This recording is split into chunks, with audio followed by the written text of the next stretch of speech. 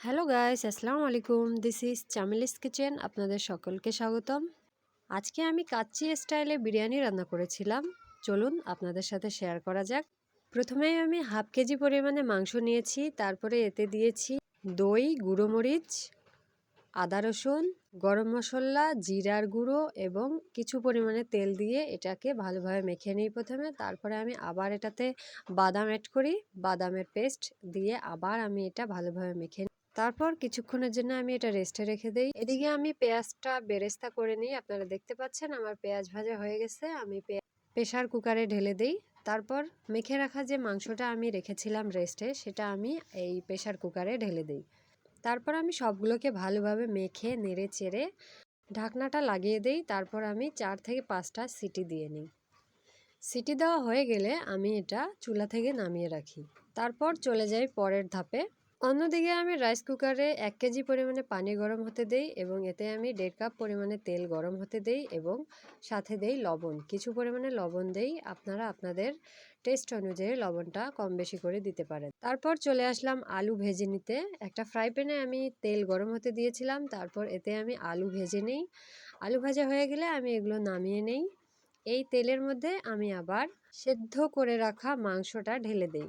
তারপর এটা আমি ভালোভাবে নেড়েচেড়ে কষিয়ে নিই। কষাতে কষাতে আমি প্রায় এটাকে ভুনা করে নিই।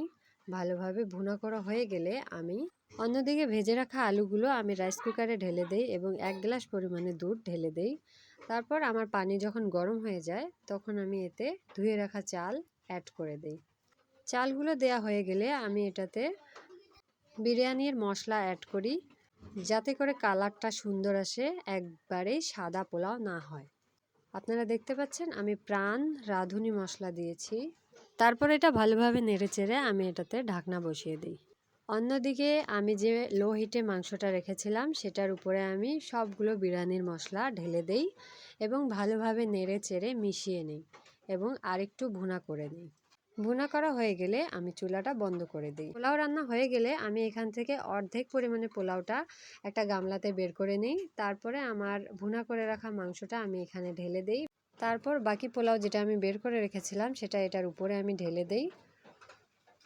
ব্যাস ভালোভাবে মিক্সড করে আমি এখানে পেঁয়াজ বেরেস্তা দিয়ে দিই। এখন আমি এটা কিছুক্ষণের জন্য দমে রেখে দিব, তাহলেই আমার রান্না কমপ্লিট হয়ে যাবে। হয়ে গেল আমার রান্না কমপ্লিট।